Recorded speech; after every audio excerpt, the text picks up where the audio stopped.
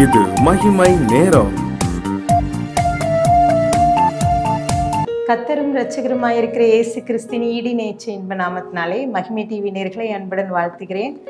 மகிமை நேர நிகழ்ச்சிக்கு உங்களை அன்புடன் வரவேற்கிறேன். நாம் தொடர்ந்து சிலுவையின் 7 பலிகள் என்ற தலைப்பின் கீழே நாம் தியானித்து வருகிறோம். வசனம் இவ்வாறு சொல்கிறது. லேவியராகமம் 17:11 மாம்சத்தின் உயிர் இரத்தத்தில் இருக்கிறது, நான் அதை உங்களுக்கு பலிபீடத்தின் மேல் உங்கள் ஆத்மாக்களுக்காக பாவ நிவர்த்தி செய்யும்படிக்கு கட்டளையிட்டேன். ஆத்மாவிற்காக பாவ நிவர்த்தி செய்கிறது இரத்தமே.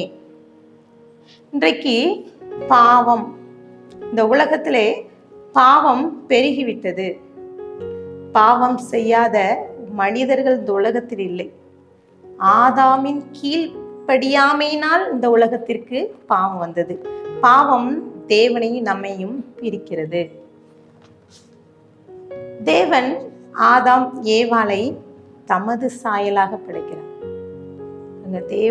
தேவன் ஆதாமை அவர் மண்ணினால் உருவாக்குகிறார். பார்த்தீங்கன்னா அங்க பறவைகள், உயிரினங்கள் எல்லாத்தையும் மண்ணினால் உருவாக்கி ஆதாம் என்ன பெயரிடுவான் என்று பார்த்து அழகா பார்த்து பேரிட பார்த்து எனக்கு ஏதேன் தோட்டத்தை கொடுக்கிறார்.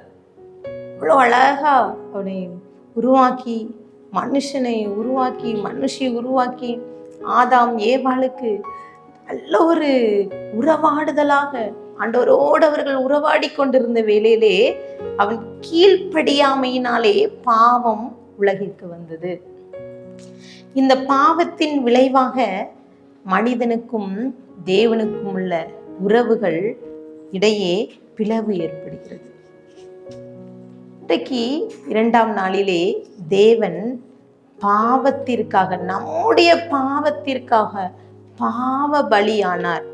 பாருங்க, பாவ நிவர்த்தி செய்கிற ஒரு பலியாக நமக்காக பாவமானார் என்னும் வசனம் சொல்கிறது. ரோமர் 5:12 ஆதாம் இடத்திலிருந்து நமக்கு பாவமும் மரணமும் வந்தது என்று சொல்லி குறிப்பிடப்படுது.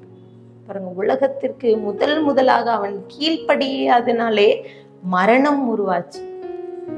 அதை தொடர்ந்து ஆண்டவராக இயேசு கிறிஸ்து, முதல் மனிதன், அந்த ஆதாமுக்கு பதிலாக இயேசு இந்த உலகிற்கு வந்து அவர் மரணத்தை ஜெயித்தார்.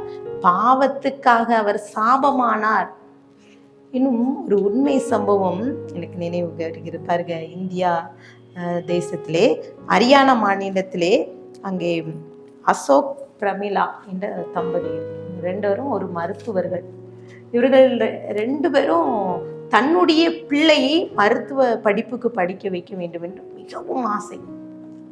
அவர்கள் ஆசைப்பட்டதில் தவறில்லை. ஆனால் அவர்கள் ஒரு மந்திரவாதியிடம் சென்று, ஹரியானா மாநிலத்திலே அங்க மிக சிறந்த ஒரு மந்திரவாதியை பார்த்து அவர்கள் கேட்கிறார்கள், என் மகனை மருத்துவ படிப்புக்கு படிப்பதற்கு நான் என்ன செய்ய வேண்டும் என்று சொல்கிறார். அப்போது அவர் சொன்ன, உன்னுடைய இளைய மகனுடைய இரத்தத்தை எடுத்து மூத்த மகனுக்கு செலுத்து, அப்போது உன் மகனுக்கு மருத்துவ படிப்பு கிடைத்து விடும் என்று சொல்லிவிடுகிறார்.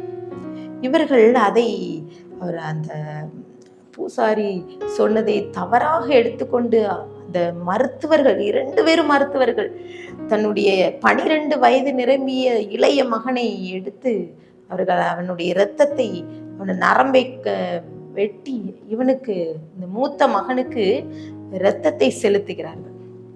பாருங்க, இப்போது மூத்த மகன், இளைய மகன் 2 பேருக்கும் அந்த இரத்தத்தினாலே பாருங்க, இளைய மகன் அந்த நரம்பிலே இரத்தம் செலுத்தினதிலே அது நிற்காமல் அவன் அந்த இடத்திலேயே மரித்து விடுகிறான். இவர்கள் 2 பேரும் மனநோயால் பாதிக்கப்படுகிறார்கள். அங்கே மருத்துவர்களால் கைவிடப்பட்டு அங்கு காவல்துறையிலே அவர்கள் அவருடைய மருத்துவ படிப்பை பறித்து அவர்கள் காவலிலே அடைக்கப்படுகிறார்கள். காரணம், அறிவில்லாதபடி தவறான சிந்தனையிலே இந்த இரத்தத்தை சிந்து கொடுப்பதினாலே தன் மகனுக்கு நல்லதோர் படிப்பு கிடைக்கும் விடும் என்று சொல்லி அவர்கள் தங்களை மந்திரவாதி சொன்னதை நினைத்து தங்களை ஏமாற்றி விட்டார்கள். இன்றைக்கு கூட அநேக நேரங்களிலே நாமும் கூட இப்படிப்பட்ட காரியங்களிலே இடம் சென்று விடுகிறோம். மந்திரவாதியை தேடி, இன்னும் பில்லி சூனியங்களை தேடி அலைந்து திரிந்து எப்படியாவது உலகத்துல காரியங்கள்ல வெற்றி பெறணும், எப்படியாவது சிறந்து விளங்கணும்னு சொல்லிட்டு ஓடிக்கொண்டிருக்கிற கூட்டம் அநேக கூட்டமா இருக்கிறது. ஆனால் இன்றைக்கு கர்த்தர் ஆண்டவராக இயேசு கிறிஸ்துவின் இரத்தம் நம்மளுடைய பாவத்தை நீக்கி நம்மை சுத்திகரிக்கிறதா. பாருங்க, 1 யோவான் 1:9 அங்கே குறிப்பிடப்பட்டிருக்கிறது, இயேசு கிறிஸ்துவின் இரத்தம் சகல பாவங்களை நீக்கி நம்மை சுத்திகரிக்கும். கல்வாரியில் சிந்தப்பட்ட இரத்தம் நம்மை சுத்திகரிக்கிறது. அறியாமையினாலே ஒரு மனிதனுடைய இரத்தம் சிந்துதலிலே அவன் உயிர் போனது. ஆனால் அங்கே அவனுக்கு நல்லதொரு இடம் கிடைக்கவில்லை. அங்கே அவர்களுக்கு விளைவு, அவர்கள் காவலிலே அடைக்கப்பட்டார்கள். பிரியமானவர்கள், இன்றைக்கும் கூட சில நேரங்களிலே மனிதர்களை தேடி சென்று விடுகிறோம். மனிதனுக்குடைய உலக பிரகாரமான காரியத்துக்கு நம் இடம் கொடுத்து, பாவத்துக்கு இடம் கொடுத்து விடுகிறோம். என்னும் கீழ்ப்படியாமையாலே நாம் பாவமாக்கப்படுகிறோம். ஆதாம் ஏவாளை போல கர்த்தருக்கு பிரியமில்லாத காரியத்தை நாம் செய்து விடுகிறோம். சில நேரங்களிலே நாமும் கூட ஆண்டுடைய இரத்தம் நம்மை சுத்திகரித்து நம்மை விடுவிக்கும் என்பதை அறியாமல் இருக்கிறோம். இன்றைக்கு ஆண்டவராக இயேசு கிறிஸ்து நமக்காக பாவமானார். ஆண்டவராக இயேசு கிறிஸ்து ஆதாம் ஏவாள் இந்த உலகத்திற்கு கீழ்ப்படியாமையால உருவாக்கப்பட்ட அந்த பாவத்தினாலே வந்த இந்த சாபத்தை அவர் இரத்தத்தாலே மீட்டார். இன்றைக்கும் கூட கர்த்தர் நமக்காக பாவ பலியானார். இந்த 2வது நாளிலே நாம் எப்படிப்பட்ட காரியத்துக்கு இடம் கொடுத்து விட்டுருக்கிறோம்? உலகத்துக்கு இடம் கொடுக்கிறோம், பாவத்துக்கு இடம் கொடுத்துட்டு இருக்கோம், பாவ காரியத்துக்கு முக்கியத்துவம் கொடுத்துட்டு இருக்கோம், உலக படிப்பிற்கு, உலக செல்வத்திற்கு ஓடிக்கொண்டு இருக்கிறோம். ஆனால் கர்த்தர் நமக்காக பாவமான, நமக்காக நம்மை மீட்க இந்த உலகத்திற்கு வந்தார், பாவமானார், பாவ பலியானார். 2வது நாளில் இன்றைக்கு பாவ பலியானார் சிலுவையிலே. எவ்வளோ பெரிய நமக்காக அந்த உலகை மீட்டு நம்மை ரட்சிக்க இந்த உலகத்திற்கு வந்திருக்கார். அந்த ஆண்டவருடைய அன்பு எவ்வளோ பெரியது. அந்த பாவமான ஆண்டவர் நமக்காக பாவமானார்.